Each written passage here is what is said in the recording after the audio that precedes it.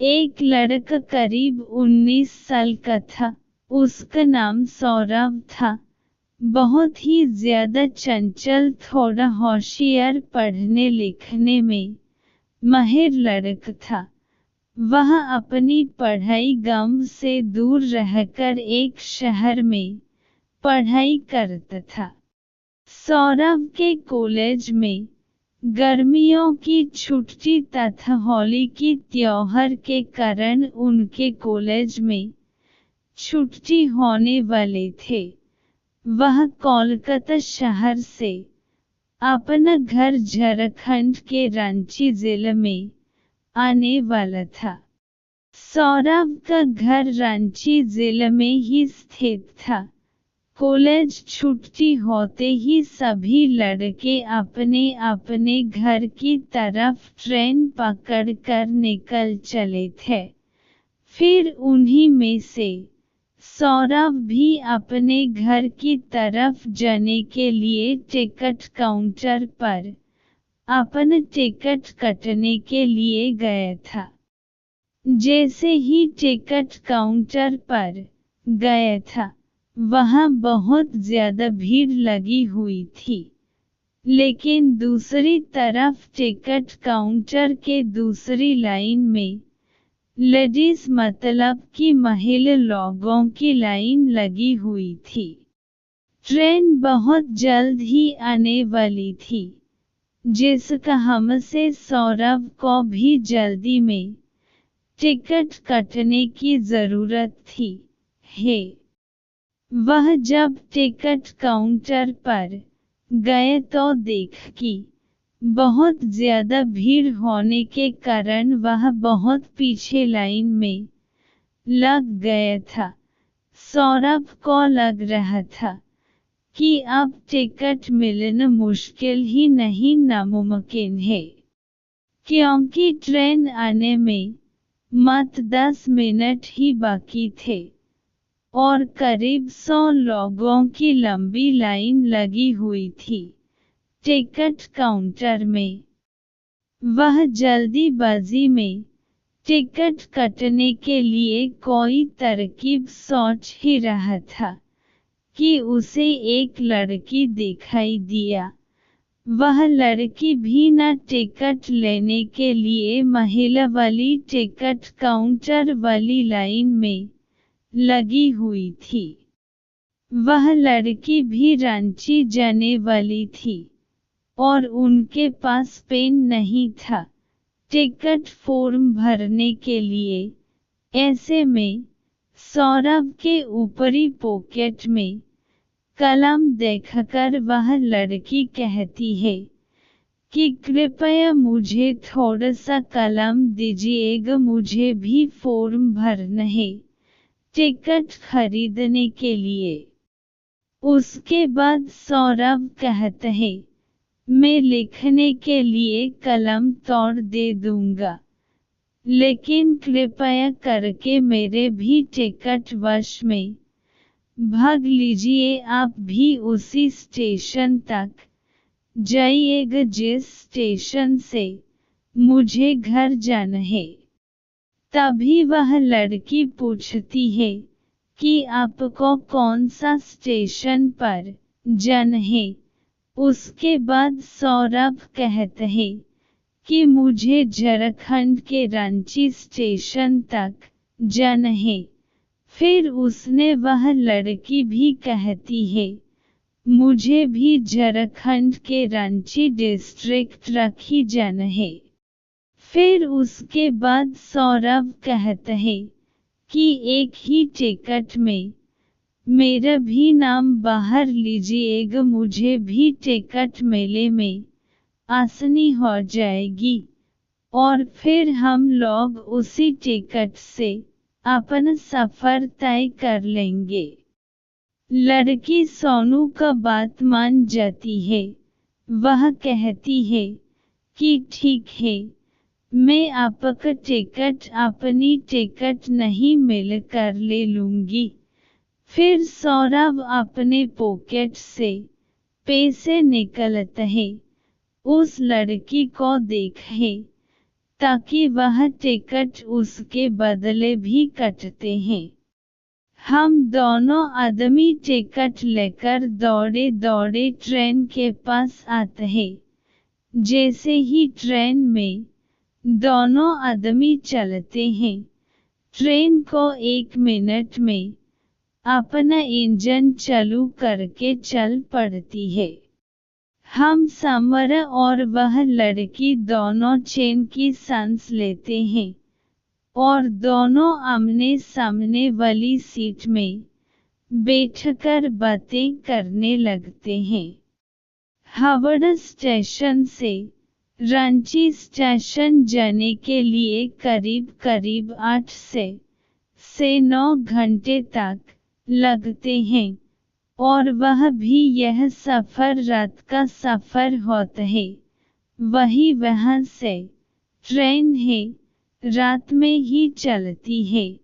ऐसे में दोनों को बातचीत करने के लिए मौका मिल जाता है। दोनों अपनी अपनी सीट पर बैठकर दोनों एक दूसरे से बातचीत करना शुरू कर देते हैं। गाड़ी चलते ही थोड़ी देर होने के बाद वह लड़की कहती है कि मुझे खाना खाना है, मुझे भूख लगी है। तभी सर कहता है, जी ठीक है, आप खा लीजिए, मैं बाद में खा लूँगा, मुझे अभी भूख नहीं लगी है। इतना सुनते ही वह लड़की भी कहती है कि जब आप खाइएगा तो ही मैं खाऊंगी। कभी सौरभ पूछते हैं, क्या ऐसी क्या बात है कि जब भी मैं खा लूँगा तो ही तुम खाएगी ही? तभी वह लड़की कहती है कि हम दोनों साथ में जा रहे हैं, मैं अकेले खाऊंगी मुझे अच्छा नहीं लगेगा, इस कारण से मैं जब आप खाएगा तो ही नहीं खाऊंगी। दोनों में बातचीत शुरू हो जाती है और उस लड़की का नाम पूछते हैं। वह लड़की अपना नाम शोभा बताते हैं। तभी वह लड़की कहती है कि मुझे तो आपका नाम पहले से ही पता है। उसके बाद सौरभ कहता है कि आपको मेरा नाम कैसे पता चला है? तुम ही शोभा कहती है कि आपने अपना नाम और उम्र टिकट बनते समय बताया था और वह टिकट अभी भी मेरे पास ही है। इसी कारण से मुझे आपका नाम पता है। अभी सौरभ कहते हैं कि मुझे तो यह पता भी नहीं है, आपको मेरा नाम भी पता होगा। मुझे तो याद भी नहीं है कि मैं अपना नाम आपको कभी बताया भी होगा। तभी वह लड़की कहती है कि आपने तो बताया था, मुझे अभी भी जानती है। रात बहुत ज्यादा हो जाता है, दोनों अपनी अपनी सीट पर सो जाते हैं। सुबह के 3:00 बजे नींद टूटती है दोनों का।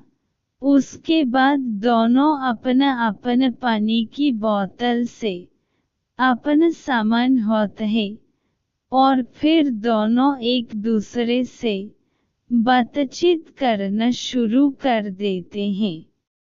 ऐसी बात करते करते सुबह के 6:00 बज जाते हैं। दोनों के ट्रेन अपना गंतव्य स्टेशन पर पहुंचने वाली होती है। दोनों सोचते हैं कि अब तो हमें एक दूसरे से अलग हो जाना है। सौरभ वह लड़की बहुत पसंद आती है, मतलब किसनों को शोभा बहुत पसंद आती है और शोभा को भी सौरभ बहुत पसंद आता है। लेकिन दोनों बिन कुछ बात किए एक दूसरे से जाने के लिए तैयार हो जाते हैं। जैसे ही ट्रेन रुकने वाली होती है, वैसे ही लड़की मतलब कि शोभा और सौरभ दोनों अपना अपना भगत का सामान उठाते हैं, अपने घर की तरफ चल देते हैं। जैसे ही समर और शोभा दोनों अपना अपना घर पहुंचते हैं, उसके कुछ देर बाद सौरभ के मोबाइल पर एक कॉल आता है। सौरभ अपने मोबाइल से कॉल रिसीव करते हैं और कहते हैं कि आप कौन बोल रहे हैं। कभी उधर से आवाज आती है कि मैं शोभा बोल रही हूँ। यह सुनकर सौरभ का मन विचलित हो जाता है और वह खुशी के मारे इधर उधर घूमने लगते हैं। क्योंकि सौरभ को सुबह का नंबर तथा उसका कॉल देखकर उसे बहुत ज्यादा खुशी मिली है। तभी सुबह मोबाइल पर कहती है कि आपने अपना घर पहुंच लिया है। तभी सौरभ करते हैं कि हाँ, मैं 1 घंटे पहले ही अपना घर पहुंच चुका हूँ। उसके बाद सौरभ शोभा से पूछते हैं कि आपने अपना घर पर पहुंचती है। तभी शोभा कहती है कि मैं भी 1 घंटे पहले ही पहुंच चुकी थी। मुझे नहाने और फ्रेश होने में टाइम लग गया था, इसलिए मैं 1 घंटे बाद फोन कर रही हूँ। अब दोनों में खूब अच्छी तरह से बातचीत होने लगी है। दोनों मिलकर हम दिन भर रात भर मिलकर बातें करते रहते हैं और आप दोनों को एक दूसरे से काफी ज्यादा मित्रता और एक दूसरे में प्यार होने लगता रखना। एक दूसरे से मिलने के लिए एक दिन जर्सी स्टेशन पर बुलाया और स्टेशन के बाजू में एक पार्क था। वही दोनों एक दूसरे से मिलने का समय भी फिक्स किया था। फिर दोनों मिलकर आती कहीं से बातचीत करते हैं। दोनों एक दूसरे को समझते हैं तथा एक दूसरे को प्यारा अथवा किस करते हैं। उसके बाद दोनों अपनी शादी के लिए अपने अपने घर वाले को कहते हैं। घर वाले दोनों के घर वाले से बातचीत करते हैं और शादी के लिए राजी हो जाते हैं। यह सुनकर सोने का मन में खुशी का ठिकाना नहीं रहता है और अपनी शादी के बारे में सुनते ही दोनों को खूब जमकर बातें करने लगते हैं। उसके कुछ ही देर बाद दोनों की शादी हो जाती है और फिर दोनों एक दूसरे के साथ उसी तरह से एक परिवार के साथ रहने लगते हैं। दोनों का रिश्ता एक बहुत ही ज्यादा बेहतरीन और बेहतर ढंग से निभाया जा रहा था, क्योंकि दोनों एक दूसरे से बेहद ही ज्यादा प्यार करते थे।